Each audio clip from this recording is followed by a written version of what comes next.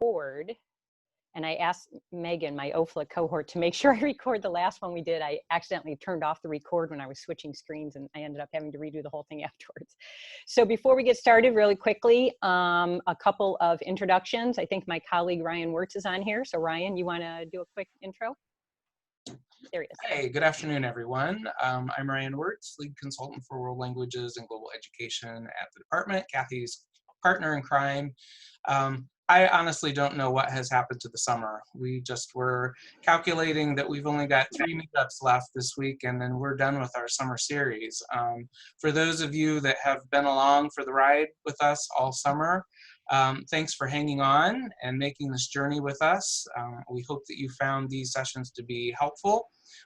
We've got 2 more planned this week after this one, and then for the most part, most of you will be headed back to school, and we're going to take a little break and maybe restart these again in September once you've got your footing. But thank you so much for being with us, to all those people who have helped with the presenting, and of course to our OFLA partners, without whom we would not be able to do this. So that's all I have to say, and thanks again, Kathy, for another great session. Good. Good to see you, Ryan. This is like the only time Ryan and I get to actually see each other. Megan Brady is here today from OFLA. So Megan, you want to do a quick introduction of yourself?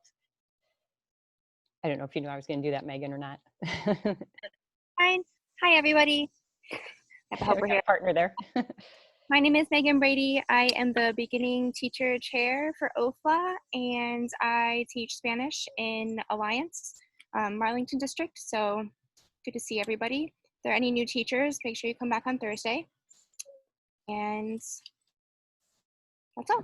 Okay, good, excellent. Okay, so yeah, and just a little shout out to OFLA again, that if it weren't for OFLA, we wouldn't be able to do this on Zoom. We wouldn't have the increased attendance. So when you do go and sign up for the contact hours and go to that link, there is a little link. If you're so inclined to join OFLA, we would appreciate it, just since they've been such a good support and partner with us.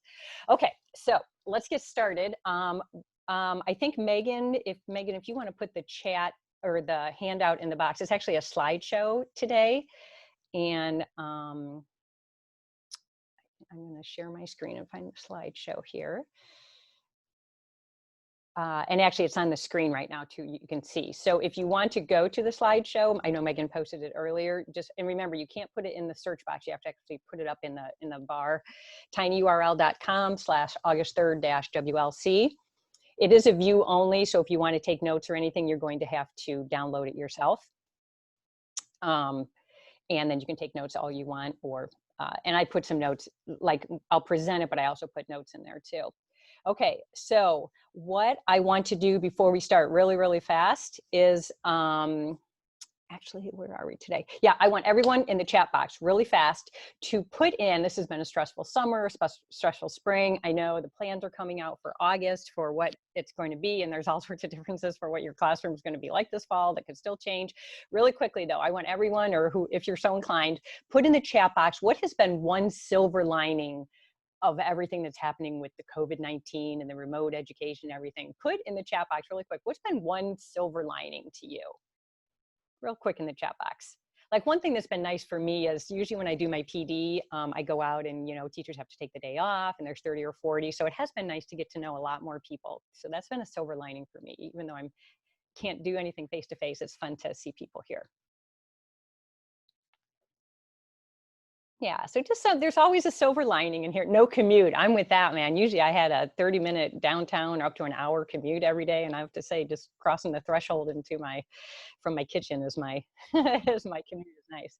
Okay, so just yeah, think about that. That there is definitely there's always a silver lining to everything, especially as things get more stressful. Okay, so what I'm going to do now is, those of you who are just joining, I hear a lot of people just joining in. If you see the screen, you can see the tiny URL. So today's session is on feedback and rubrics. And Megan, I'm going to actually present, which means I'm not going to be able to see the chat box anymore. So if there are questions, Megan, that you think, when there's a good time, say, hey, Kathy, here's a question, and just read it to me.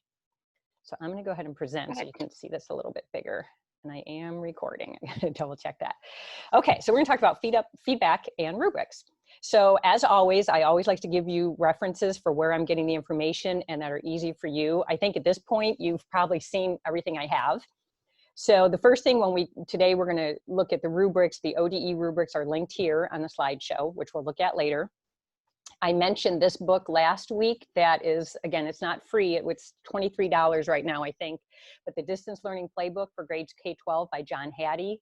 He wrote it this summer after the sort of debacle crisis of the spring. So, and it's just step by step of what to do throughout the whole process. So I know I hate to suggest buying things because I know money is always so tight, but if you are so inclined, this probably is, out of everything that I have found, his playbook is just amazing because he wrote it based off what happened this spring. What is nice, however, if you see my third bullet on here, is all of the like self-assessment and charts and stuff that are in the playbook. He actually has them for free online. So even if you can't buy the book, if you go to this third link right here, and we're like today, I'm pulling a lot of stuff from his module 8 feedback assessment and grading. You can at least get some of his like self-check things. So I thought that was very generous of him to make all that for free. And then of course, my three favorite websites, which you probably know by now: Catlin Tucker's Blended Learning is amazing, Leslie Grand's Grand for Lang is amazing, and UDL, because we're all about UDL, which just in summary is to make sure we provide a lot of different ways for kids to access the material, a lot of different ways for them to engage it, and a lot of ways for them to produce it. So I think you've been, probably those of you who've been with me enough, you know these. Okay, so let's keep going. All right, let's do a Mentimeter really quickly. So if you recall, just take your phone or just go on your computer if you want to open a separate window and go to menti.com and put in this code. And I'm going to pull it up on the screen. And once I pull it up on the screen, you'll be able to see the code also. So let me see if I can get to my Mentimeter. Hang on a second here. And Megan, if you want to maybe throw that in there for me while I get to the Mentimeter.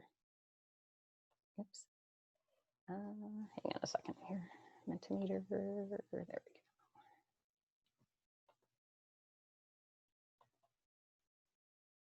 Sorry, I'm trying to get this up on the screen. Share screen. There it is. Okay.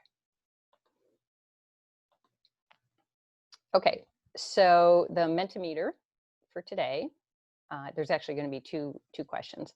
So the first question is just, how do you set up your grade book? Do you have weighted categories, or do you just do straight points? And I really like this. This is another part of Mentimeter where it's like this dot thing. So it's sort of cool just to watch the animation. But so it's a fun thing to do with your students. I think it's fun to watch the animation with the different dots coming and everything. Okay, so do you do weighted categories, or do you do straight points?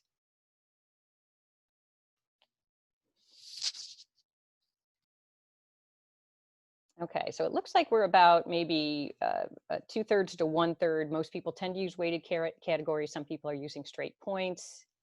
Okay, good. All righty, still some people jumping in with their Mentimeter. Okay, I'm gonna exit out of that one, and I'm gonna go to the second question.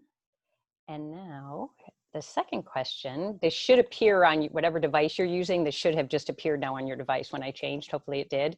Is how do you set up your grade book?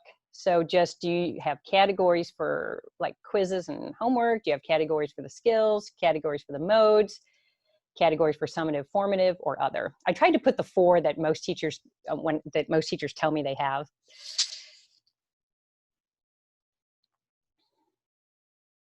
All right, so we're watching. I really love Mentimeter because you can see the real-time results right there. So it's a great one with your students. Just a reminder, if you do Mentimeter, there's a free version, but you can only do like 2 questions per code. So if I was going to do a 3rd question, I'd have to set up a different code and do it. So it's a little bit clunky if you have more than 2 questions at a time, but if you can keep it to 2, it's really nice. Okay, so it looks like most people have categories for homework, tests, quizzes, participation.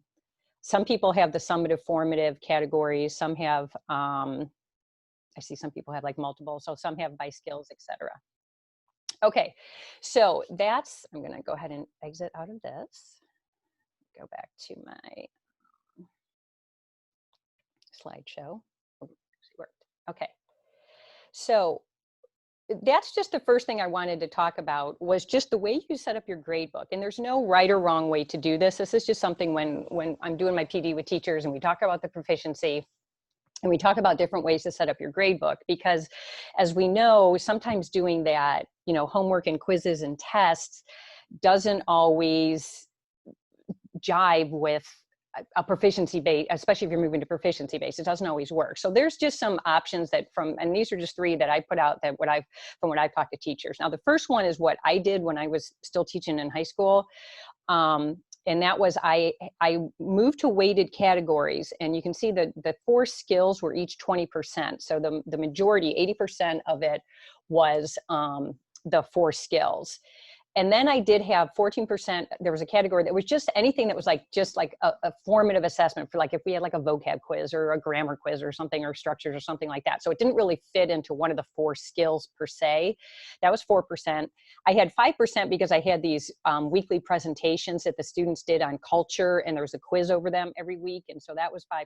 And then 1% was just miscellaneous, which was just what I did for like bonus points, or if we did games, or if we had binder checks or notebook checks or whatever. I mean, 1% was because, you know, they're like, don't give bonus points or whatever, but kids like bonus points, but it only counted for 1%. So it really didn't ever make that big of a difference. Though there usually was a smart kid who's like, wait a minute, if I got 10,000 bonus points and it's only going to change me 1%, but it always made them feel good. So that's what I did with my grade book. I put a few notes. If you downloaded the slide, I put a few notes underneath, but it was a little bit work intensive, because that meant, for example, that if I gave an assessment that involved like reading and listening, when I scored it, I actually had 2 separate scores on one assessment. Or if it was like a unit assessment that had like a reading, a writing, a listening, and a speaking, each individual section got its own score and got put into the grade book in that section. And it wasn't just assessments, it was homework. It was no matter what we did, if it had to do with listening, it went into the listening category, which helped a little bit with kids who didn't do homework, because now sometimes homework was its own category and it was 10%, and the kids are like, whatever, I don't care about homework. But now it was like, wait, if I don't do my homework, it's affecting 20% of my grade, or it could end up affecting 80% of my grade if it was all 4 skills. So it was a little intensive as far as work for me, but the payoff was so worth it. Number one, because now I could specifically see where students were struggling and where they were doing well. So it wasn't like, oh, this kid has a B or this kid has a C.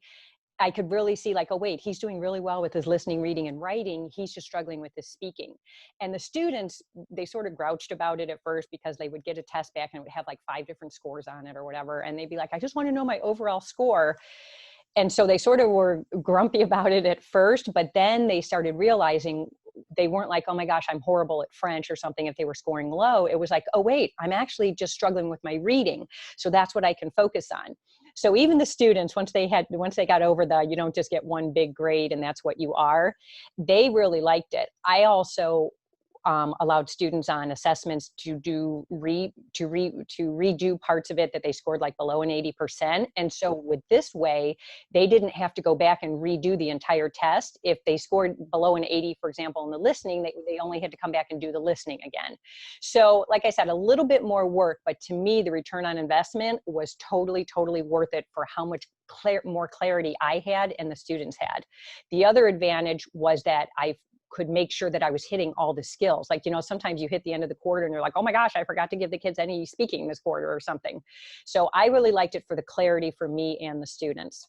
Another option that teachers have told me, and I saw some of you put this, is that they did something similar, but they did it by the modes. So it was, and again, the percentages, you could always change the percentages on the left. But so they did it by the mode. I guess one drawback to this is you don't know, are the kids having trouble with speaking or writing or signing or listening or whatever. So that could be one drawback. And then another one, I know a lot of districts are just 80% is summative assessments, 20% is formative assessments.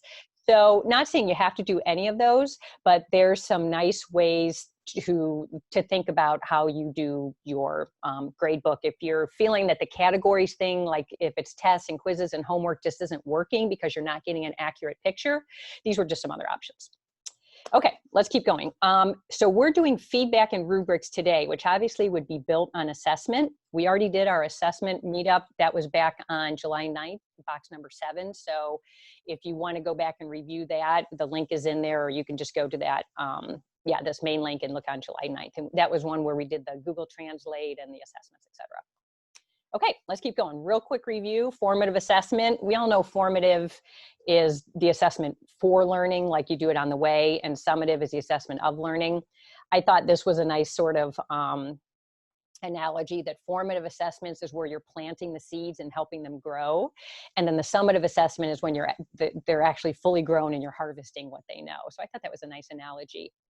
Marzano had an interesting thing, and I'm not going to go into this, but there's an interesting blog, and I thought it's a good conversation, is that consistent performance on a summative assessment should qualify as evidence of meeting the learning outcome. So if I've given a lot of summative assessments and the students are consistently scoring at, novice high or intermediate mid, then they're meeting the goal or whatever the outcome was. His take is that formative assessments should not necessarily even be graded or should not count as meeting the learning outcome because they're on there to show you the progress. There's no right or wrong answer to that. I just think it's an interesting question.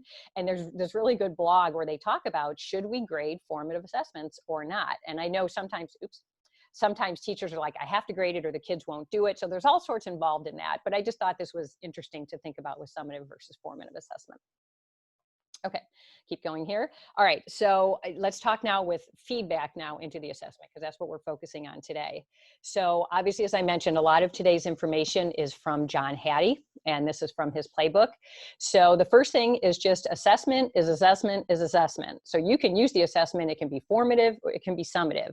The assessment itself doesn't really matter. It's what you do with the assessment that counts, and that's what we're talking about today. And he makes the point that a lot of times we use assessment just as an isolated measure of a student's achievement at one point in time, which is really not a useful, not a useful way to use the information that it provides. Rather, he suggests that the assessment should be ongoing and continuous, and the feedback should be ongoing and continuous. And I think that's right, because we all know if we give the students a unit test, they take it once, and then, okay, they got a B on it, and we move on. That was a lot of work and a lot of time from the teacher and from the student without really a whole lot of payoff. So the goal is that assessment and feedback is constantly ongoing. It's helping the kids, make progress as to where they're going. He had another, John Hattie had another thing that he said that I liked, and I just highlighted and read the most important part that I thought was that he used to see feedback as something that the teachers gave the students, but then when he realized that feedback is most powerful when it's from the student to the teacher, that it started to mean more. So it's not just like I give you an assessment and I give you feedback on where you are with your learning of French or whatever. It's that, wait a minute, when I see where you are with your learning of French, that tells me as a teacher what's going on with my instruction, like what do I need to change? So feedback is really a two-way process. It's me assessing the student and giving feedback, but it's also the students' results are giving me feedback on my teaching. So sort of keep that in mind when we're teaching, that it's a two-way process. And that's sort of what he says in the second one. The feedback is not just is it right or wrong, it's really it's trying to understand why the student did what they did. And we're going to look at that a little bit more. Okay, so basically he sums up feedback in a nutshell.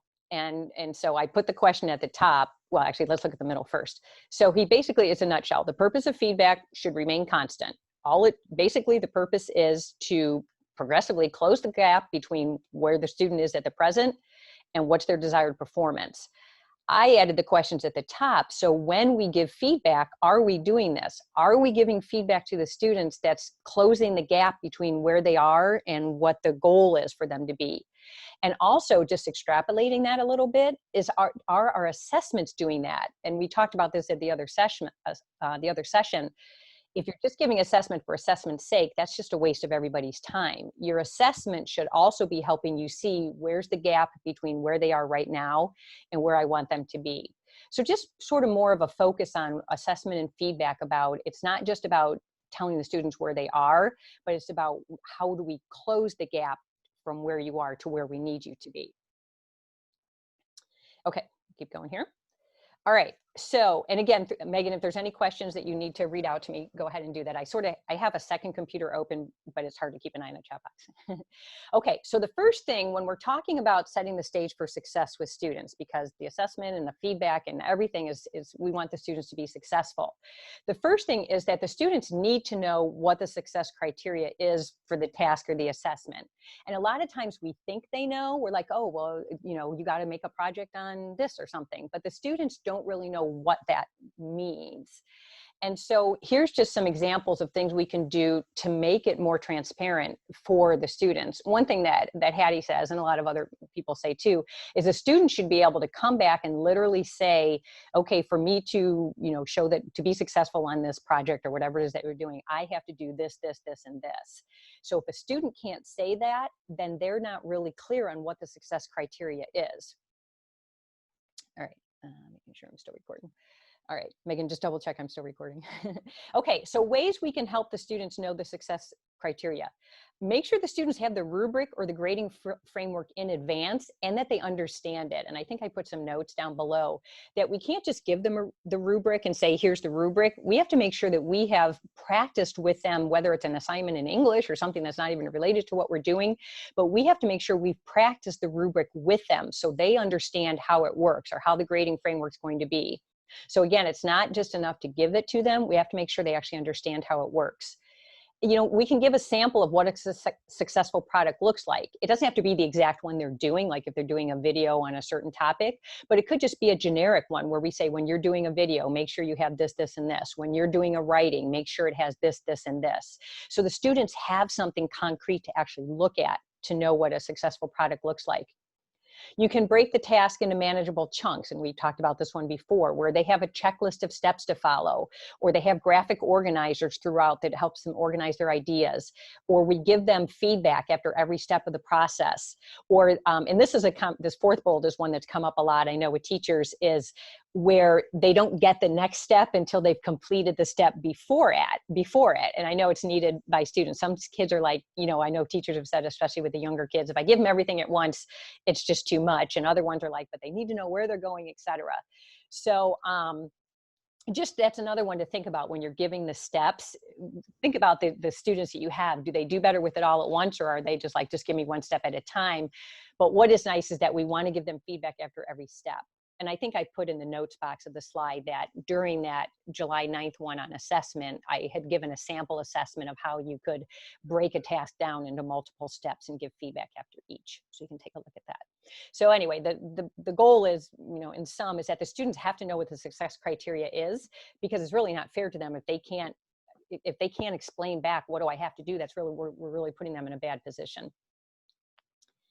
Okay, so now this is based on Hattie, obviously, but it's also very familiar. It's just the 3 questions. So the first question when we're giving feedback is we want to let the students know where am I going? Where are you going? So we're going to give, and I'm going to give you some examples of this. So what's the success criteria? What does it look like? That's the first question.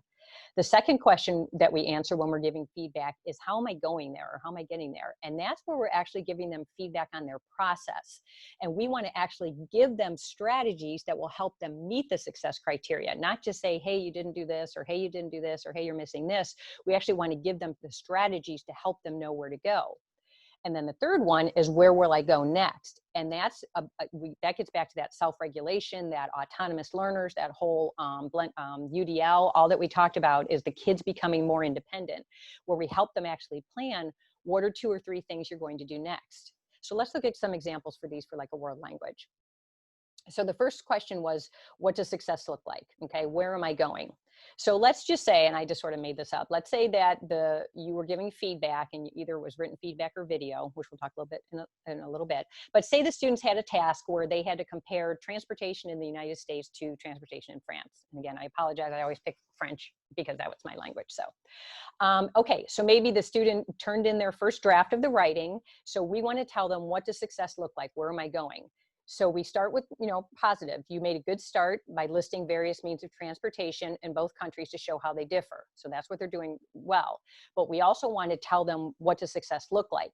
What's missing, and this was sort of a key phrase that Hattie put in, what's missing is why each type of transportation is more or less common in that country. So that we can see the students are on the right track, whereas they can give the different types of transportation, but they haven't quite met the outcome about why each one uses that type of transportation. So we're showing them directly success will look like you giving me more information about why each type of transportation is more or less common. This would probably be, I'm looking at that novice high, novice mid, novice high. It really could be whatever level you want to go with. And we're actually going to look at one later. This could be very simple where it's just a novice high where the kids are just writing simple sentences.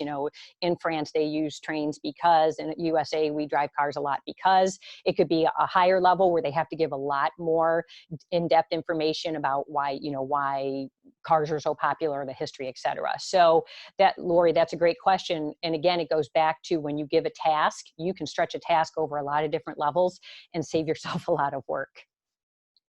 Okay, so that was the first thing. What does it look like? Okay, so now the second question is, how am I going there? So we want to give them the strategies to help bridge that gap between what they're doing and where they need to go. So we already told them what's missing, what success criteria is still not there.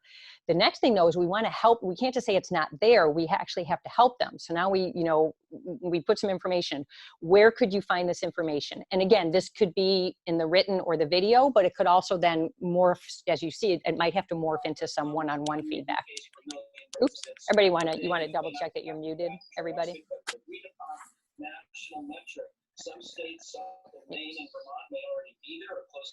we go. Sounds like Governor DeWine is talking.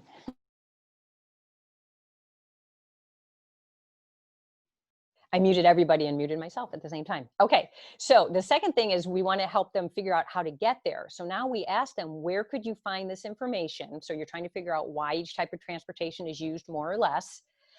So where can you find this information? Make a list of the sources to help you brainstorm. So they might go, well, I could go to, this website. I might go to that website. I might go to the train.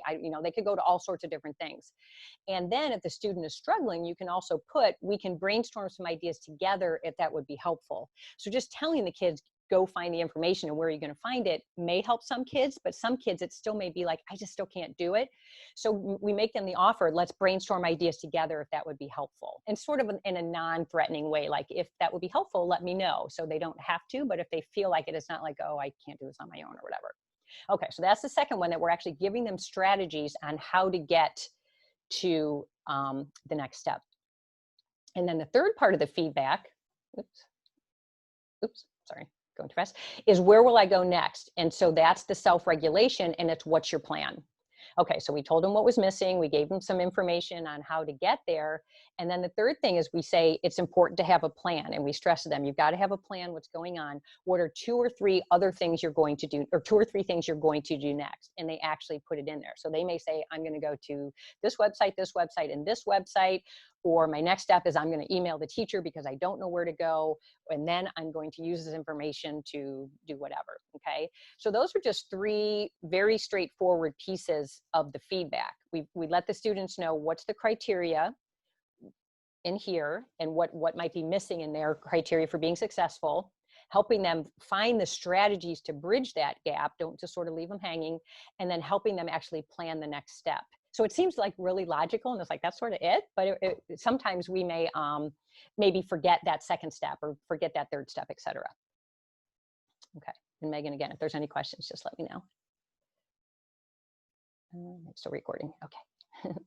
Okay, now another suggestion that Hattie made, and I like this, was, and this I think is one advantage to having the remote learning, is we said this in another one, that if, you know how sometimes in class you have to repeat the same thing, like you're like, oh my gosh, how many times do I have to tell you this? And you say it over and over and over.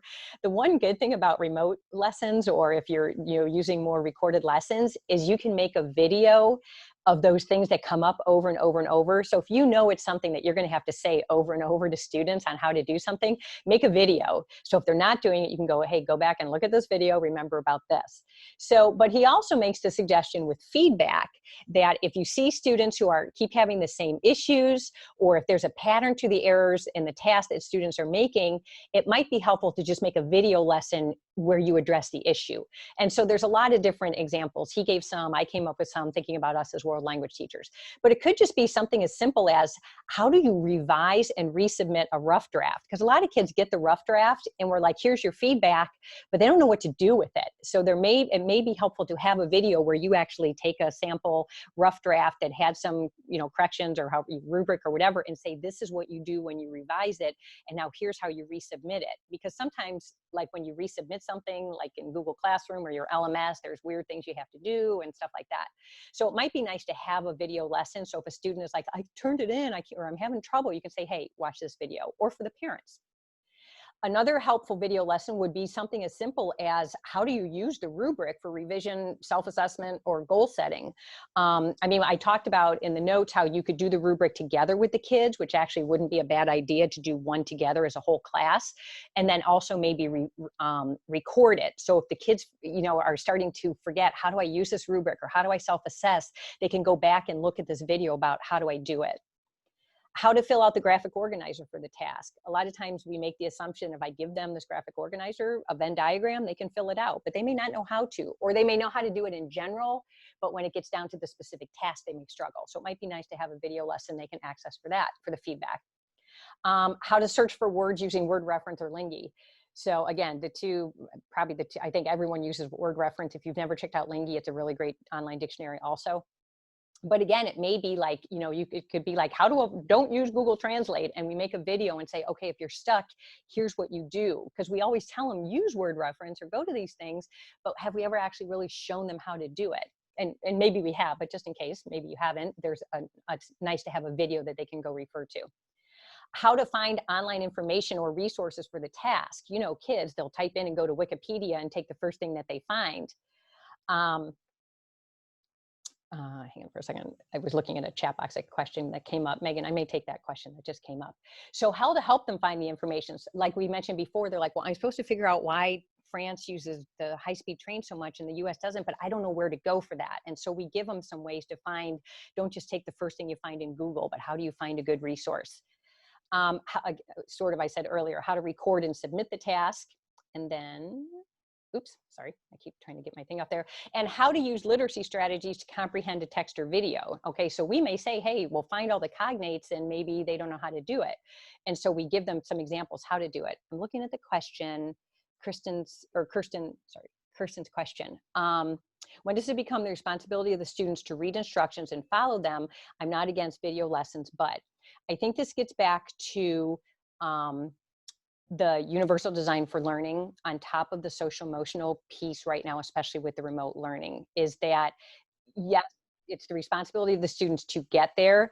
But we have to remember that, especially right now, things are stressful for kids. We don't know what's going on at home.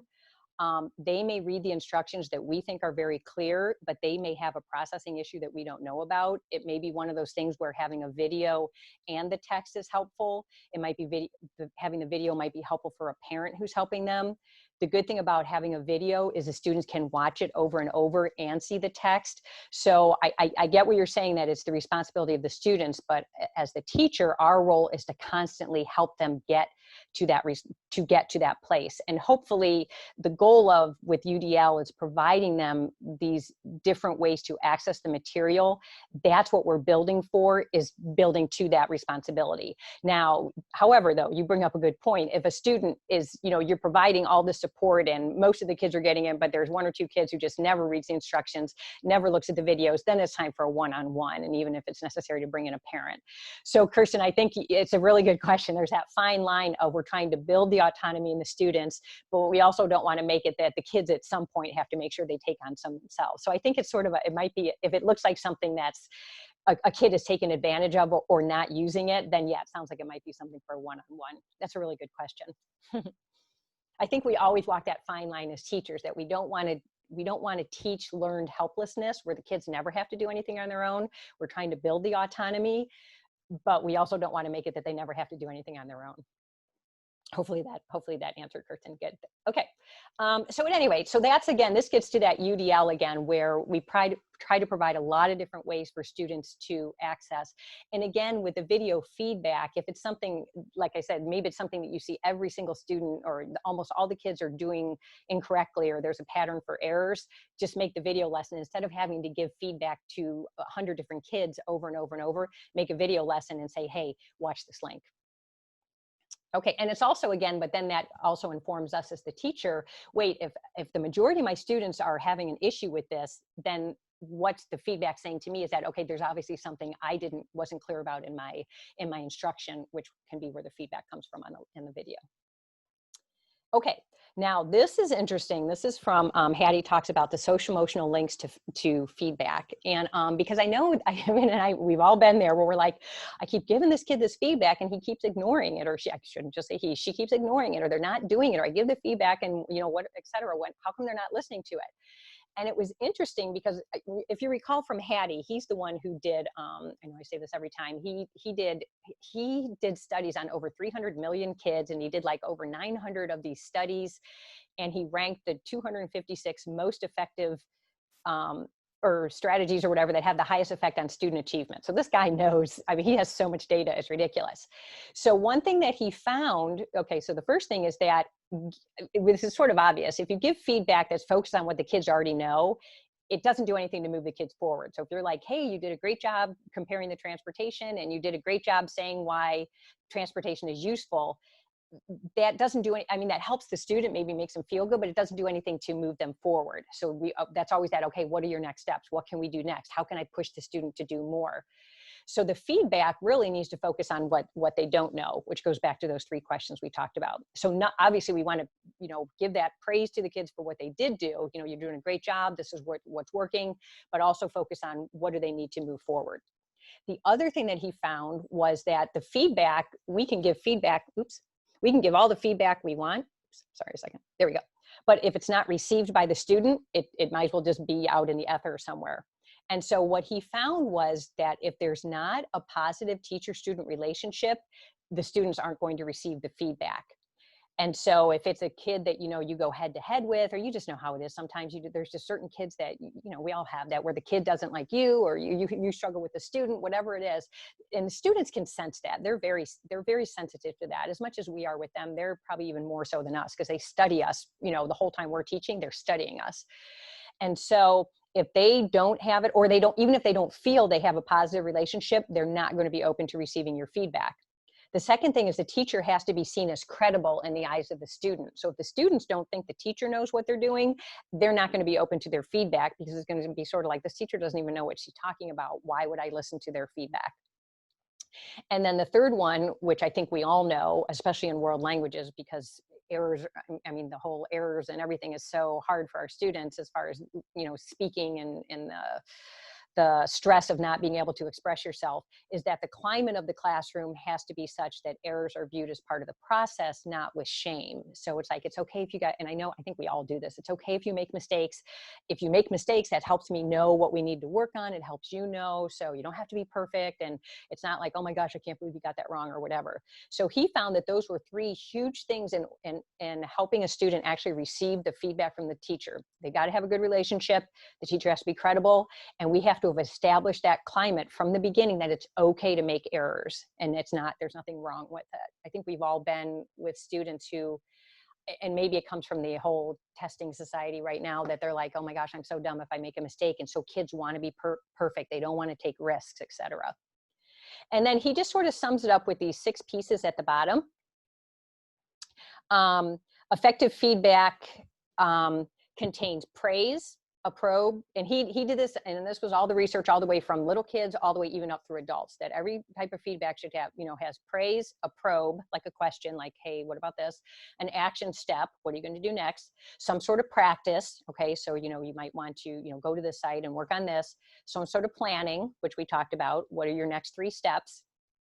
sorry, my thing keeps going up, and some sort of follow-up with the student. Okay, so what, checking in on what they did next, or the student following up with you. And he said that he found these 6 steps. Sorry, every time I move my cursor, it brings that thing up on the bottom. He found those 6 steps were really key to the most successful feedback that they were able to give the students. So I thought that was very important, that whole social emotional link to feedback, especially, again, I think as language teachers especially, we're really good face to face with, we're so good just by virtue of our personality of building that rapport with our students. And it's going to be so tough now with the remote, especially a lot of us now, a lot of teachers are starting remote. So Wednesday session is about how do we build that community and sort of work on that social emotional piece. Kathy, we've got some questions going on. You're kind of hitting them, but so we're talking about spoon feeding these kids and developing essential skills. Mm-hmm. You want to touch on that, spoon feeding versus scaffolding, how we're going to teach them to be more, independent. And then also we're kind of going on to making this climate of the classroom, which is what you're talking about in a couple of days, if we're all online. So can we take a pause and address? Mm-hmm. Right. So the spoon feeding, I think, again, there's that fine line sort of that when Kirsten mentioned hers earlier, is that if a student, and if you go back to our UDL sessions way back when we were talking about all the things that are involved, and if a student isn't succeeding at something and we just blame the student without trying to figure out why they're not succeeding, then that's really on us, and we're sort of undermining everything that we're trying to do. So the first thing, if a student isn't succeeding, for example, I remember during one of the sessions, someone said, well, my students can't be independent learners. They don't know how to do this. They don't know how to do that. They don't know how to do this. And I said, well, why don't they know how to do that? And they're like, well, because they never learned how to do it. And I'm like, well, who's supposed to teach them? And it's, wait a minute, you're the teacher. We're supposed to teach them. So the first thing you need to ascertain is a student not doing something because they literally don't know how to do it? And because a lot of times as teachers, we make assumptions about what students can do, and they really can't. And so the first thing is really ascertain, is it something they just don't know how to do? Because if it is, it's not spoon feeding to say, this is how you revise, this is how you submit, this is how you do a Zoom breakout room. That's not spoon feeding if they don't know how to do it. I'm sorry. Oh, I think someone might have unmuted themselves. Okay, so that's the first thing to ascertain is first, really, if it's a need and the student doesn't know how to do it, we have to teach them. That's our job as the teacher, not just to teach them, our language, but teach them how to develop these life skills and become self-sufficient. So I don't think it's spoon feeding if we're helping them learn something that they don't know how to do. Scaffolding, I think, is a better way. And I think I'm looking at the comments over there, I can sort of see that, is that yes, the goal is it may seem like we're doing everything for them, but little by little, as we build that autonomy with them, we start to pull back from it. I think we've all seen this, and I'm going to show you some examples with some of my ESL things here in a little bit, some of their writings. But for example, if the first time we're teaching them how to write an essay and we're like, you have to have a title, you have to have a topic sentence, you have to have supporting details, you have to have a concluding sentence, and then we just say it and say, okay, and then we get mad because they never do it. It's like, but did we give them a graphic organizer where we went through it? Did we practice? Did we help them have ways to help them scaffold the process of doing it? If we just tell them to do it and then get mad and say, how come they're not doing it? I've got to spoon feed it. Then it's back again on us, is did we build that in a gradual way to help them become more autonomous?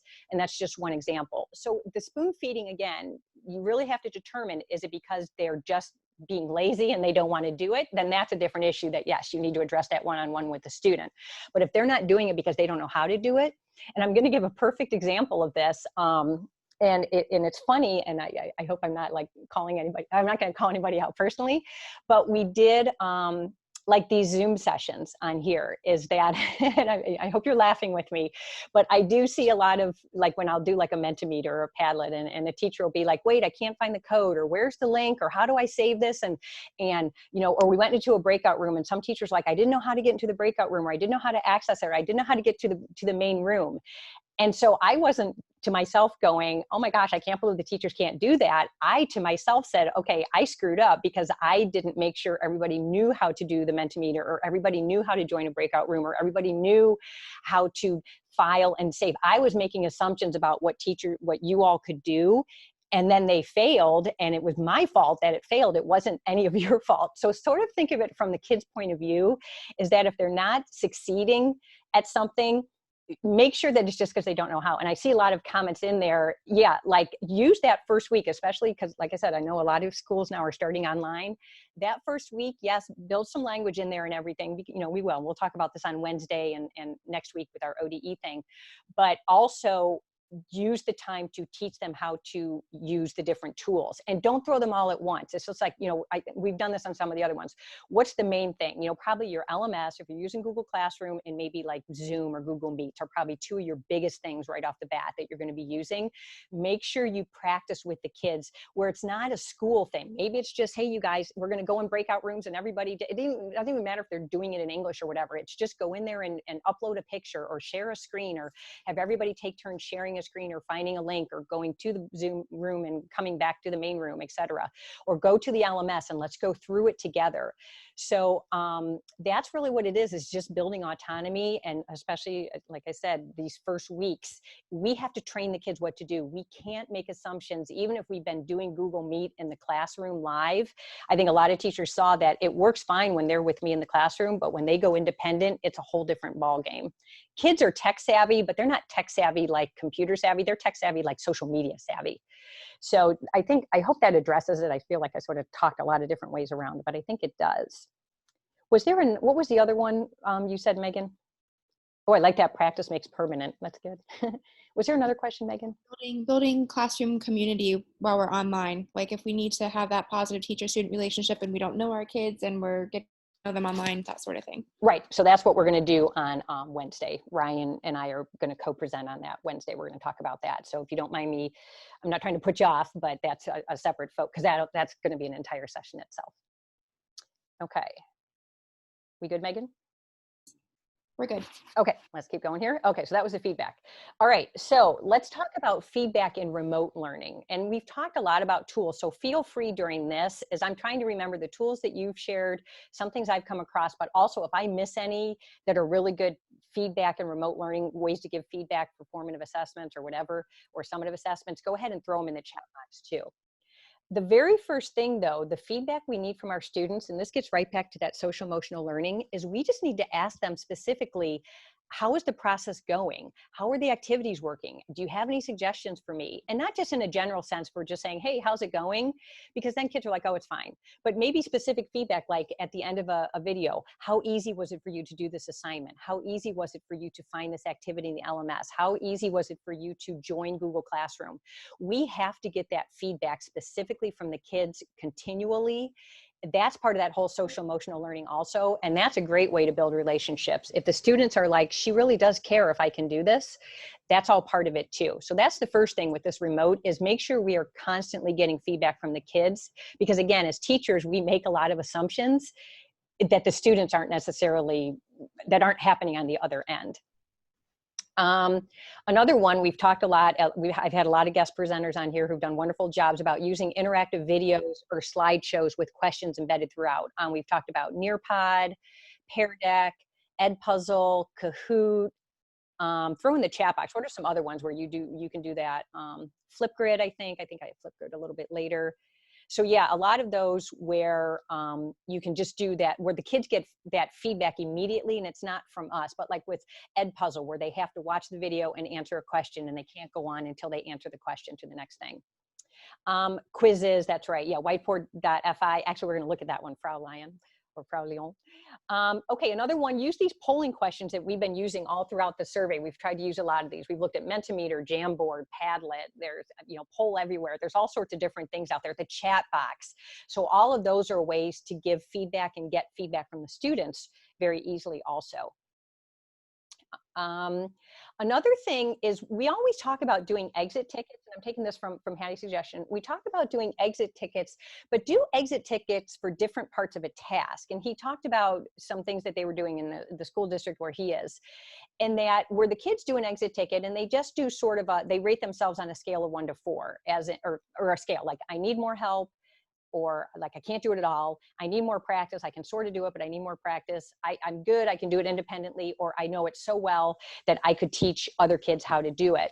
And then he makes a suggestion, which I sort of like, I do like, that you could group the kids, and it depends on the task and it depends on the kids and everything. But an idea was that then you group the kids or allow the kids to self-group based on this. So say there was like 4 different parts of the task. There was something about supporting evidence. There was one about how to write a conclusion. There was one about finding information and one about finding resources. I don't know, whatever. And so the kids can go into one of those 4 groups based on if they need help, or if they're like, I'm good with everything, so I can go and help teach this, or I really need to go to that group that is talking about how to find a resource online. So it was using the feedback, these exit tickets, using these exit tickets, the information that we get from the students, and then taking them to the next step about grouping the kids or allowing the students to self-group and doing something with it. I put in the notes for this, I think on one of our meetups, we did the rock star thing where you're like at a concert and you're either a rock star or air guitar or whatever. You're in the audience or you're in the parking lot. So that's a more fun way maybe to self-assess. Okay. So again, and the other thing that Hattie talks about with the grouping the students or allowing them to collaborate is with all those different effect sizes, that collaboration with other students and discussion with other students was way at the top of what helped students, helped students achievement was working with others, helping other students, either teaching or learning from each other. So I really like that if kids are like, you know what, I got all of this, I'm okay, I'll go in there and I'll sort of help kids see what I did, etc. So it's not doing the work for them, it's putting them in like a breakout room to talk about, hey, what did you do to do this? And so the kids can teach each other. Okay. Some other feedback. So recorded feedback, we've talked about Flipgrid. I know we've done Flipgrid a couple different times. Another one, I mentioned this briefly, I think in another one and didn't really go into it, though I downloaded it myself and tried it and it was really cool. There's a Chrome extension called Read and Write. And what you can do with this extension is like if the kids write something in a Google Doc, you can highlight the text and then you can record your feedback, or you can write your feedback, or you can highlight things, or you can put an image or whatever. I really like this a lot because sometimes I think it's helpful for kids to hear, again, that social emotional piece. If they hear our voice, they hear us, sometimes it's just nicer to hear the teacher say it, because writing, you know, sometimes can come across as maybe cold, or we write quickly because it's hard to read a lot, you know, it can get lost in the feedback. But I really like this Chrome extension for Read and Write, where you could highlight the part and just leave a real quick verbal thing for the kids to hear your voice, to hear the tone of your voice, and you know, the helpfulness in you. So I thought that was a really cool one. Oh yeah, that mode, I've seen that. Somebody just put mode. I've seen that too. I've heard about that one. I haven't checked it out. Now this next one, I don't know if anyone has discovered this. I'm on the Facebook group. It's like Tech for World Language Teachers, and this group is like amazing. These teachers are so smart with all the stuff they have, so I totally steal their stuff. But it's this thing called Class Kick. I don't know if anyone has seen Class Kick. And there's an overview video, which I'm not going to do the video. You can click it yourself, and it's on the main site. And there's a free version and a paid version, as always. But what it was is that the teacher can like put an assignment on the Class Kick, and then the kids all log in. I think everybody had to have a login, but it was like with a Gmail or whatever. And so as the kids are working, the teacher can see everybody's whiteboard on her computer. So you can see every student working on the assignment individually, and you can provide feedback on the spot. So for example, if you see a student is doing an essay or something and you see them struggling, or the kid can email you right on his whiteboard or whatever you're calling it, and say like, hey, I don't know what to do here. And it's not like anybody knows. So, and you can give feedback right on the spot. The thing that I was wondering about, and I haven't gone into this one as much because you have to have like students signed on, and I have a lot of meetings just with myself on another line, but it was hard to do with a lot of people, is I was wondering if this might work for the avoiding the online translator thing. You know, when kids are writing, that if they're writing or typing their assessment right there on Class Kick, is there a way that we're watching them as they write to see if, you know, are they copying and pasting? The Facebook group is called, I think it's called like, can someone help me out? Because I know people in Ohio are on this. It's like Technology for World Language Teachers or it's something like that. It's a really good, it's about technology and world language teachers. Okay, so anyway, I thought this Class Kick is definitely one to check out. I actually put the highlights here. So basically the teacher puts an assignment on there. The kids work one-to-one on their device, or they could work in groups. So I liked it because it was collaborative. The teacher can give real-time feedback and grading. The kids can ask for help from the teacher or their peers anonymously. The teacher can see who needs help, etc. Has anyone used this class Kick? I just kept seeing it coming up. There we go. Yeah, Tech for World Language Teachers. Thank you. Megan, are there questions coming up? I'm sort of trying to look. Yeah, there is one. What is your suggestion for parents who have to deal with in-person and at-home assignments? Can you clarify a little bit on that? I'm not quite sure what you're asking.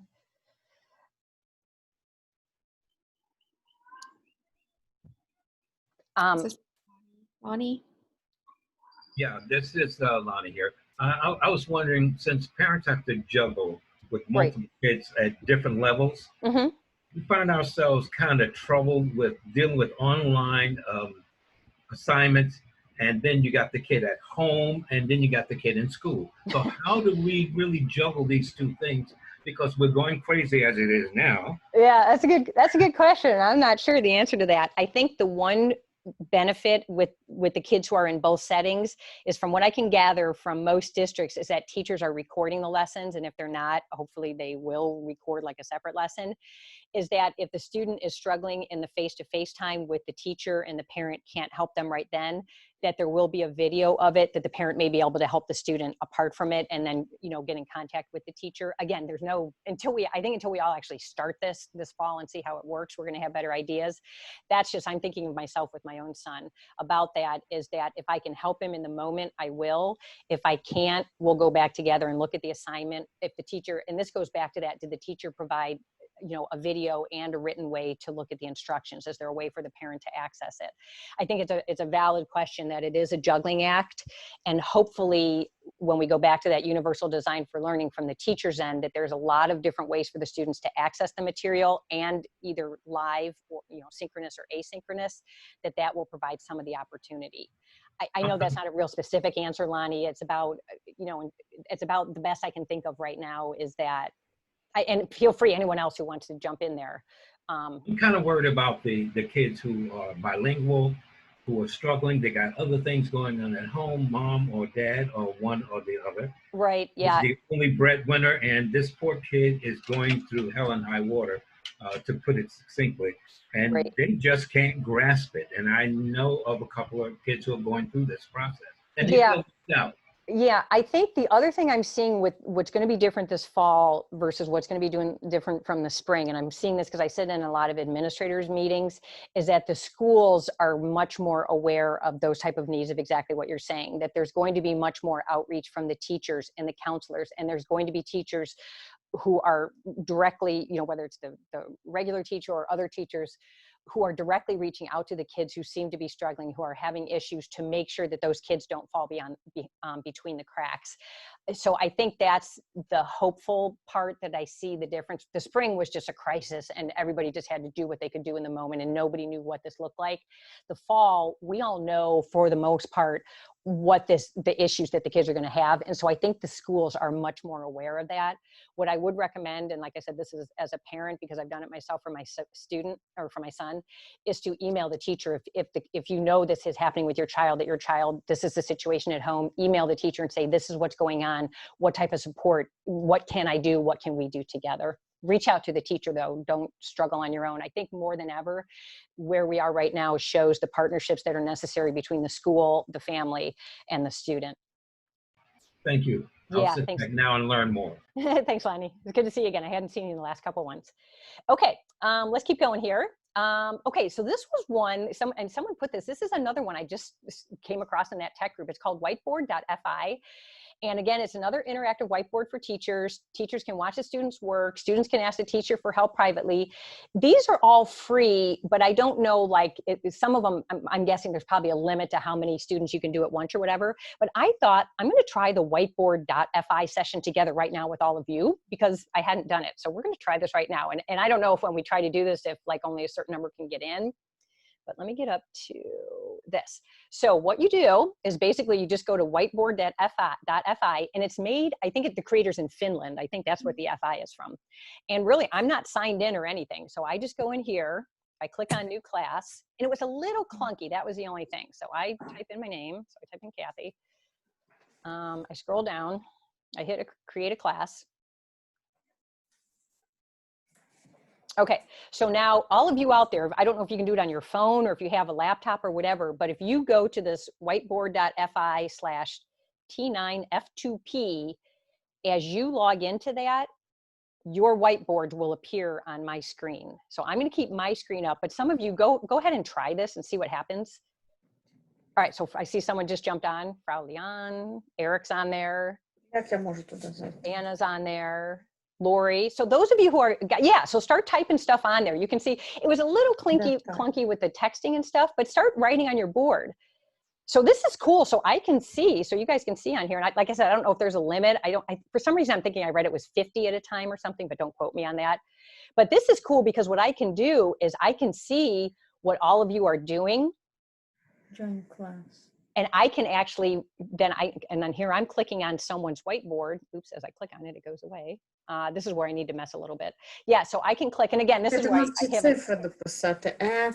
Oops, I'm gonna mute everybody. Myself. Okay, so this was really cool. So I don't know, like there was the text feature. The text box was a little weird because you had to click the text box and then erase the text, the word text, and then retype. So you'd have to definitely, this would be one with the students to definitely try it out. So I don't know, I don't know how many, I've got tons and tons of, look at how many whiteboards I got on here. So that's a lot. So I thought this would be a cool one to do where, so someone's on your phone. Thank you for putting that. So it looks like, I don't know how many we got on here. We got a ton. How did I access? I literally just went to whiteboard.fi and typed it in. That's all I did, Patricia. And it came up. And then what I can do is I have my own whiteboard. So what I can do is like if I have my whiteboard and let me just type something on here. So now let me get my thing. So there's my whiteboard. I'll just put like a K on here, so mine. But I believe as the students, you can see both. Like I think now someone tell me if that's true. Like when you're on your whiteboard, you should be able to see my whiteboard and your whiteboard. Yes, okay, so that's what's cool is that I could put something on my whiteboard for you to look at, and underneath it, you'll have your own whiteboard where you could be doing feedback. Again, I don't know if this could be something, I don't know how, like you'd have to work more with that texting feature, but again, I'm thinking this is nice because it gives you that real-time feedback all at once. You can see what all the kids are doing, etc. Oh, you can toggle even on the cell? Okay, great. So I just came across this whiteboard.fi, thought it was something cool to give a try. And like what I really liked was I didn't have to sign in. So you'd probably have to have your kids, put their name on it or something like that. But I just had to literally go to it and didn't even have to create an account. Okay, how do we avoid overwhelming our students with so many wonderful apps? When is it too much? Okay, that gets back to what we talked about earlier. And if you think of some of the other sessions we did where we're like, okay, pick the tech tools that you're like, what are my top 5 or 6 tech tools that these are definitely what I'm using, and this is definitely what I'm going to have with the kids, and then just do one at a time, okay? What you write, everyone will see it. It's not individual. Now, this is my screen. I'm the teacher, but all of you who are on there, you can't see everybody else's whiteboard, can you? Those of you who are on there? No, so you can see this because I'm the teacher, so you can see all the whiteboards, but the students, you can only see my personal whiteboard and your whiteboard. So there is no seeing that the students see. So that was a good question. Okay, now I totally forgot where I was. Oh, so with the tech tools. So yeah, just do them one at a time. So if you're like, I really like this whiteboard, I think it's something I want to do right away, then just do one at a time. Maybe, wait till the kids are comfortable with one before you start another one. That's how you avoid the overwhelm. That's how you scaffold and become autonomous learners. Because you're right, if they're doing all this stuff at once, they're all gonna be confused. So again, probably your predominant ones are, your LMS or your Google Classroom or Canvas or Schoology, whatever you're using. And if you're using Zoom or Google Meets, those are probably your 2 big ones that you're going to have the kids get comfortable with first.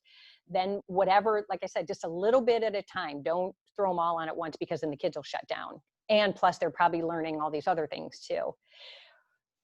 Okay, hopefully that helps.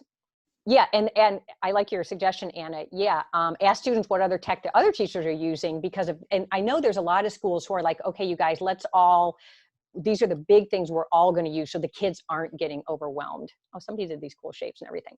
Okay. Kathy? Yes. Can we talk about this versus Padlet? Are they similar? Do you know the differences? Difference in Padlet now, because Padlet is changing. In Padlet is now you're limited to 3 with the free account, and then you have to pay.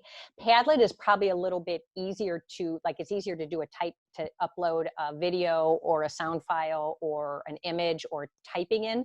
So Padlet, the difference with Padlet is all the Padlets are on the screen at once. So every student can see what everybody else posted.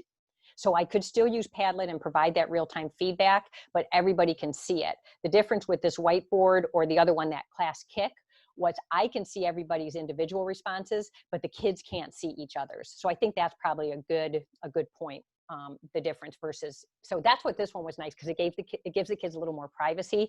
So a kid could just write, I have no clue what's going on, and no one else has to know that the poor little kid is saying it. Okay.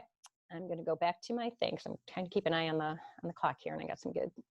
Okay, so that one I was really excited about, Class Kick and this whiteboard.fi. I thought those were really good for the feedback, for that immediate feedback. And again, I was trying to see if maybe with that Google Translate, if there's a way that they have, I don't know how much room there was to write.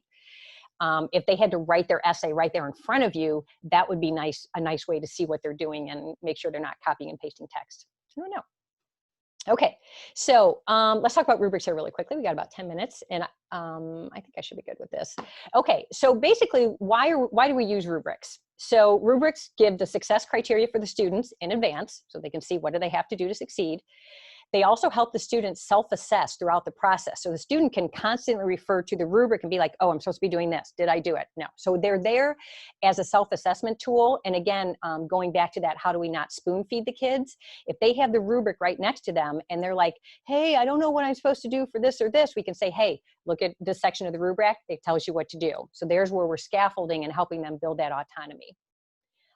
It allows the teacher to evaluate progress and provide targeted feedback versus just sort of, hey, good job, or, this or whatever. Rubric can give different categories, so we can be much more specific in our feedback. And they also help the students self-reflect and set goals. And I'll show you some examples of that. Now, the one note I want to make is make sure that if you're doing something where the kids are going to use a rubric, that you're getting enough language for them, because a rubric a lot of times has a lot of different categories. And if the students are writing, 30 or 40 words, there's no point in using a rubric because you don't have enough language to get anything. So for example, if they're writing an essay, and I put this in the notes, so if you downloaded this, about giving them a word count, and I put below about like just what I did for word counts. Okay, so your essay has to be at least 150 words. So that way you have a decent amount of language to use. Or if they're doing a speaking or a signing task, you have to do it for 3 minutes or something like that. So make sure if you're using a rubric, you're getting enough language from the kids that you can actually see if what they can do, they're doing consistently. It's just a little side note. Okay, so there's different types of rubrics. There's really basically 3 different things, or sort of 2. Okay, so there's a performance rubric, also known as an analytic rubric. And this is probably what we're mostly familiar with. It's where the task is broken down into categories that are scored individually. So there's a vocab, a structures, organization, details, and you could average the score within all the categories for sort of an overall score. The analytic rubric gives criteria related to an outcome. So this is a novice high assessment. And so when I score you, I'm scoring you based on where you fall within novice high. So do you exceed the novice high requirements? Do you meet them? Are you on your way, et cetera? Okay. And these rubrics are nice for end of units or for evaluating performance with recent or practice materials, because it's very specific. And I'm going to show you some examples from our ODE rubrics. So that's the first type, probably the one we're mostly familiar with. The second part is a holistic rubric, which is a proficiency rubric. And for world languages, I'm calling it the proficiency rubric. And that's where it's not a generic sort of, here's the vocab or whatever, but it's a very specific description for each proficiency level. So for example, this is what a novice high learner does with vocabulary, organization, time frames, et cetera. And so in order for the student to score novice high, they have to meet or exceed all the criteria in novice high. So if they're scoring a couple things in novice low, a couple novice high, and a couple of novice or intermediate low, there are a couple novice mid, a couple novice high, a couple intermediate low. We don't average them and say, hey, you're novice high because you sort of average there. It's no, if you're scoring in novice mid, you're not a novice high. Okay, so that's the difference with the holistic or proficiency rubric, is that the students have to meet all the criteria successfully within the rubric in order to be at that proficiency level. And like I said, I'll show you an example. So these are nicer if you're giving the kids like a larger task, like maybe it's a presentation or a project, a pre-assessment at the beginning of the year where you just haven't had the kids ahead of time. So you just give them a, here's a writing, write me 150 words on this topic. And I'm going to use a rubric to figure out what's your proficiency level. Okay. So this is when we're trying to just see, it's unrehearsed, it's unpracticed. I don't know anything about what you know. We haven't focused on anything specific. I just need to get an idea of where you are. So that's where a proficiency rubric is much more useful. And yes, you can use either rubric for either task. Yes. So yeah, it's not that you have to use these either way. You can use them really for either task. Okay, now the third one is a single point rubric, which you probably know what this is, but maybe you haven't heard the term. And that's where they break it into the same categories like vocab, structures, organization, details, whatever. But they only have one column with a successful criteria that the kids have to do to meet the target. And I'm going to show you an example. And then there's space on either side where you can list the kids' strengths or you can use the kids' goals. Okay, and these are easier because, if you've seen a full rubric, that there's a lot of text on there and kids are like, and even teachers, when sometimes look at the ODE rubrics, they're like, oh my God, this is just too much stuff. I can't do this. So single point rubrics are much easier on the eye. There's less text. It looks less like I'm getting a grade and more as just, this is a way for me to get feedback. So let's take a look at examples. All right, so if you want to see the ODE rubrics later, I have screenshots on here so you can see them on here. I put a live link on the slideshow, or if you just go to the ODE main page, education.ohio.gov, there's a search box at the top, just type in world language rubrics, you'll find them all. And we are updating them now that we've updated the standards. We're tweaking them a little bit, but for the most part, they'll be the same. Oh, I'm at 2:15, sorry. Okay, so if you want to hang with me, stay with me. If you got to go, that's okay too. Okay, so you'll see the performance rubrics, which are the ones that are broken down. And you'll see when you go to the ODE ones that the rubric have 2 pages. There's a single point on page 1, and then the full rubric on page 2. And I'll show you what that looks like. So this is a single point rubric. And so on this one, this is where I determine ahead of time, okay, this is my level 2 class. I'm targeting novice high. So I'm going to circle novice high. So when I'm scoring the criteria for this, it's with the eye of what a novice high learner can do. Okay. So, and you'll see that we sort of divided it into sort of not exactly functions, but for example, was I understood, and what's involved in being understood? The vocabulary, my language control, which can be like your structures or grammar, whatever, and my mechanics. This is a writing one. We also have speaking, we have interpersonal, etc. And then we have a task completion where the kids answer, what did I say? And that's what type of content and what type of support did I use? The next section is discourse quality. These are those literacy skills. How well did I communicate? So did I organize? Were my sentence complexity appropriate for the level? So if I'm looking at novice high, I'm expecting mostly simple sentences. If I'm looking, a student is only giving me words, I'm like, no, you're not at the novice high, because that's the criteria we're looking for. And then intercultural understanding, do I show intercultural understanding with this? Yes, so this is nice because the kids look at this and they're like, okay, this is what I need to do right here in this column to meet the novice high proficiency or whatever. And then you can see over here, we can say, what are my strengths? And so what are my goals, or what are my plans, or what are my next steps? And this is where it comes in handy, because this could be filled in by the teacher, but it could also be filled in by the student. So it's not like you could give the kids, and before they ever even turn in the writing to you, you can say, I want you to fill out this rubric before you turn it in, like, what did you do well or something? Megan, is there a question? Yeah, we have a couple questions. Yeah. So the most recent one is, how often would we use these? Because they seem time consuming. Okay. So let's think about that. Now, we give a student a writing and they have to write 150 words, and they take their time to write it. And we've gone through the steps, or we haven't gone through the steps to break down the process. Think about the point of feedback. The point of feedback is to help the students meet the goal. Because I know personally, and I'm sure every one of you out there, how many times have you gotten a student essay, you've graded it, given it to the student looked at it for 3 seconds and threw it away and said, cool, I got a B, and never looked at it again. Didn't look at the feedback, didn't look at all the work that you did or anything. And that's what we're trying to do. Remember the purpose of, when we said the purpose of a rubric, let me go back a few things here really quickly, is they give the criteria, they self-assess throughout the process. So it's not just a one-time goal. It's to self-assess throughout the process. We evaluate their progress. We give them feedback. The students self-reflect. The students set goals. So if you're looking at a rubric as a one-time thing to give the kids a grade, then yeah, it is going to take a lot of time, and it's going to be, why am I even using this? It's a waste, not a waste of time, but it's too time consuming. But then, and I'm not criticizing, and I apologize if it comes across that way, but then we sort of need to self-assess, why did we give them the assessment in the first place? If we're not giving them an assessment that they're going to work on and show progress and use for feedback, then what's the purpose of the assessment? So yes, they're time consuming, but again, you have to get back to the return on investment. If the kids can go through and really they're doing this essay and they're talking about, what am I doing well? What are my next steps? How is my writing going to improve in this essay? That is going to be a positive influence the next time that they have next time they have to write an essay. So the first few times it will probably be more time consuming, especially if the kids aren't used to it. But what will begin to happen is, if you're consistent with using the rubric every time, and again, these are for bigger assessments, like I said, is that the next time the kids write an essay, they're going to be like, oh my gosh, that's right. I forgot last time I have to use more vocab, or I forgot last time I have to make sure I write sentences.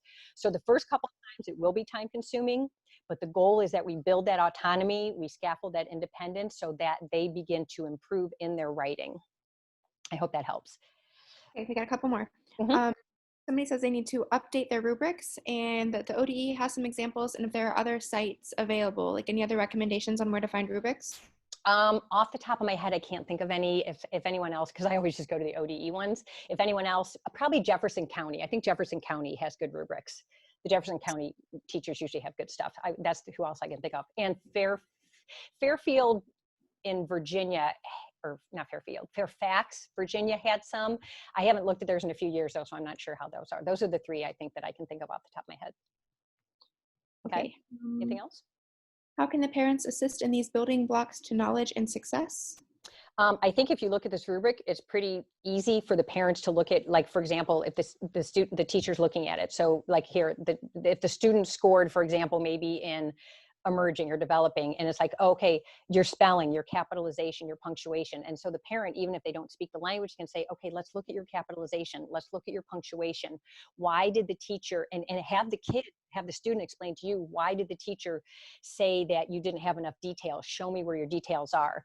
That's the nice thing about a rubric like this, is it's very straightforward about what the criteria is for success. So even if the parent doesn't speak the language, they can still ask the student, where did you do this, or where did you not do this, or how can we move forward with this? Okay, and then one kind of specific one, but also broad. So this person only has students for 1 quarter. It's an exploratory class, and their classes were 50 minutes, and now they're down to 30.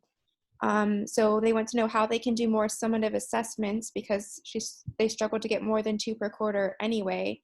So yeah, my guess is your kids are pretty much going to be novice low to novice mid. So you're not going to be most likely not using a rubric like this. So I would do a lot more of those, some of those tech tools.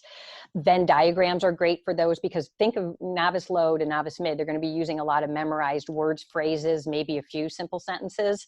So if you think about what the kids are able to do, that sort of gives you an idea of what type of summative assessments to do. Like I said, Venn diagrams, T-charts, filling and graphic organizers, those are great assessments for those type of, those like exploratory classes, if that helps.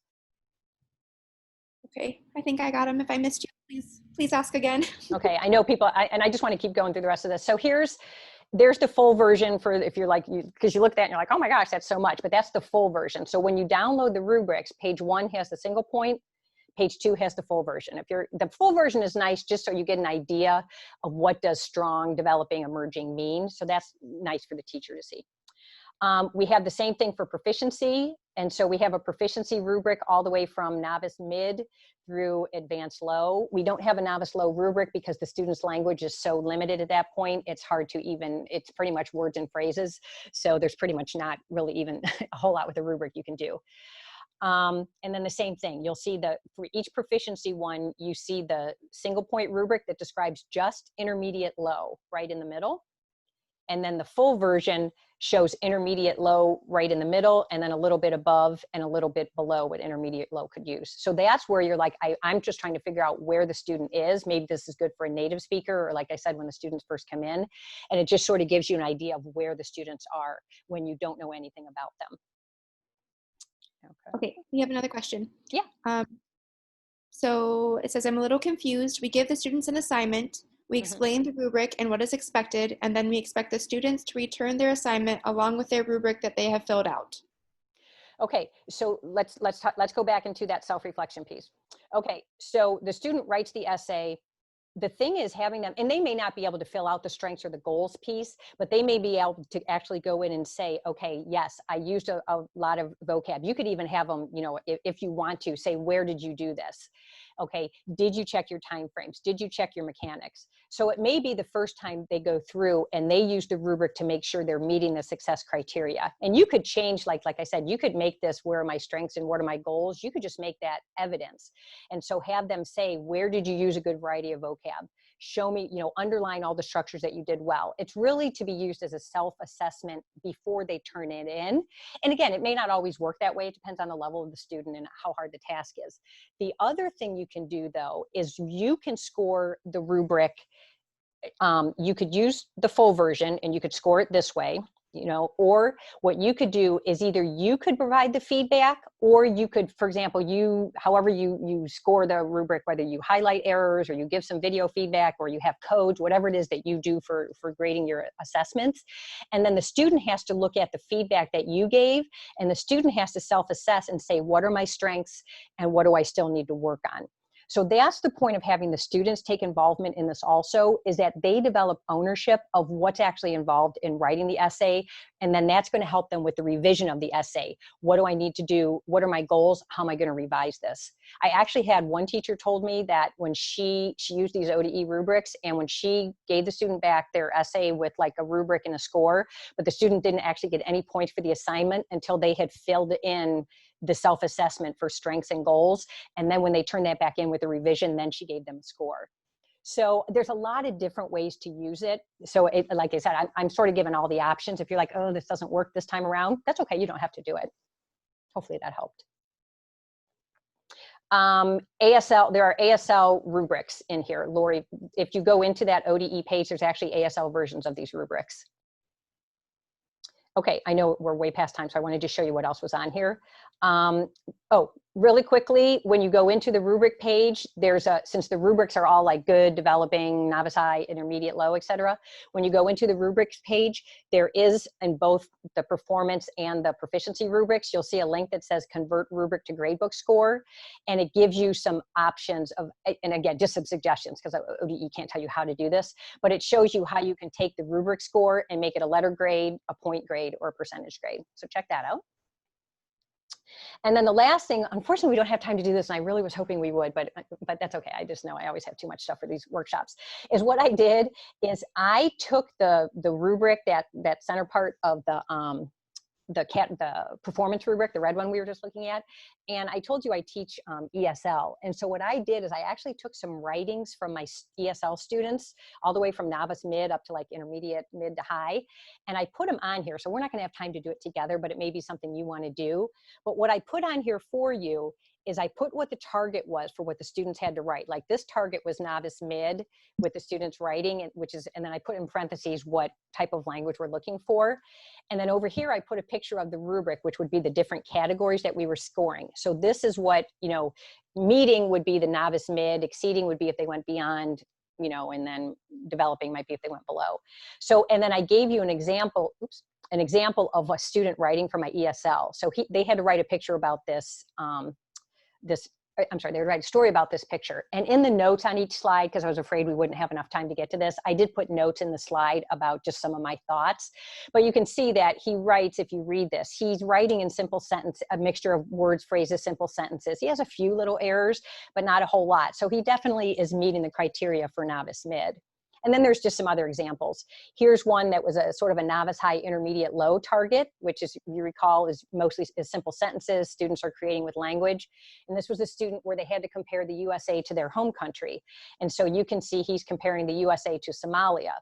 So you can sort of go in there and look at, okay, did he get, yes, he's got simple sentences, but there's a lot of issues with punctuation. There's a lot of errors with capitalization and spacing. So I put some notes in there about if I were scoring him with this rubric, and this was sort of an activity that we were going to do, but like I said, we don't have time, that you could sort of look at this and look at the rubric and sort of think to yourself, okay, would he meet the novice high, intermediate low, or does he meet novice high? Does he meet intermediate low, et cetera? So that was another example.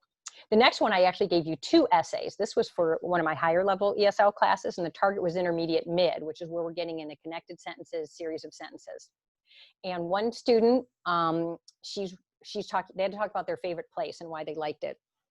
And so she talked about their favorite place is California, and she talks about why she likes it. It compares to Brazil, et cetera. And so did a really good job for the most part of meeting it. The next essay is the same class, same essay. And this is a student who's from Syria, and he's talking about why he loves, how Syria is his favorite place. And you can see as you go through this, there's a lot of issues with the syntax, the spelling, the vocabulary, the punctuation, the mechanics. So again, I put some notes in there about just my thoughts as I was looking at the criteria versus what he wrote. But I thought this might be helpful because they're in English, they're from ESL students, but they show the same thing, that I have the same range of, even though this was a class that was supposed to be for intermediate students, this student was really most of the time varying between novice high to maybe intermediate low, depending on the topic. So I thought that might be helpful for you to see it. The one thing also that I wanted to point out was that, and this goes back to that question about sort of spoon feeding or scaffolding the kids, is one thing that we focused on in every single one of the ESL classes was how to write an essay with a topic sentence, supporting detail, a title, a topic sentence, supporting details, and a closing sentence. And this student forgot a title, but you can see every one of the essays the students had, because we had graphic organizers and we focused on it over and over, every one of the essays does start with a beginning sentence, has some supporting details, and ends with a concluding sentence. So again, just another way that originally, no, when the students were writing, their writing was all over the place, but by working with the graphic organizers and practicing over and over and over in class, I got to the point where I didn't have to tell them that they needed an opening sentence, a closing sentence, and the details every time. So just another example of how it was a lot of me sort of saying it over and over, but eventually it paid off because the students didn't need me to say it anymore. The rest of the PowerPoint, and I apologize, I know I'm taking forever, I'm sorry, this is another one if you want to take a look at these. I also teach a computer class for ESL students, but there's no language, and I put this in the notes, there's no language in the class. I don't teach English, I simply teach them Word and PowerPoint. So I have students who can barely speak English, up to students who are fluent in English, up to Americans who come and take the class. So at the end of every class, the last day, they have to make a PowerPoint to show me that they've mastered the PowerPoint skills, and they have to do it about their home country. So I threw 3 of these in there because it's a nice way that you can look at and just see a student who really has not had any English learning with me, but just their ability to write off the cuff. So you can see like this one from Nepal, each presentation has 4 slides. You can see that they're writing in very simple sentences. So even a little bit longer sentence. So this student is, would be very much a novice high learner. The next one, you can see this student is from Uzbekistan, very choppy sentences, a lot of issues with spelling, very small sentences, a few words, memorized phrases. So again, I threw these in just for you to get an idea of, if I were assessing proficiency, these are some examples of what proficiency would look like. And then here's another one from someone from Bhutan, where it was the same type of thing. He did some very simple sentences, and with some mixture of words and phrases. And then here's one more from Dominican Republic. So I wanted to throw all those examples in because I wanted you to see the ESL ones that were a targeted proficiency level, that were performance tasks that we actually did with my students. And then I wanted you to see the PowerPoints where this was not a task judging or assessing their English. It was assessing their PowerPoint skills, but it gave me some insight onto what their language proficiency is. Okay. Megan, are there other questions, or I know I went way over. But... One question about Tom had a busy day. What yeah. was it for? So I think they want to know what level you had them at. Oh shoot, now I just lost that. Hang on for a second. I think it said novice mid. It was novice mid because it was very simple sentences. He had a mixture of words, phrases, and simple sentences. Sorry, let me get that back up. Hang on for a second.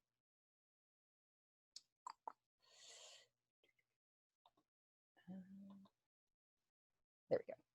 Yes, and those of you who are hanging on, you don't have to say we're recording this, but you're welcome to say. Okay, so let's get back to Tom.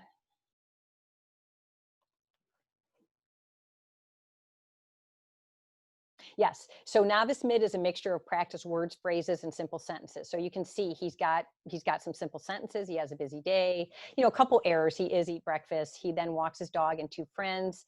Is sunny and beautiful. In the evening, Tom was tired. He went to bed. So he's a very solid novice mid. He was able to get some good sentences, a few errors, but nothing really impeded. Like you can read this and understand with no trouble what he was trying to say. So yeah. Other questions, Megan, or are we good? I think we're good. Okay, cool.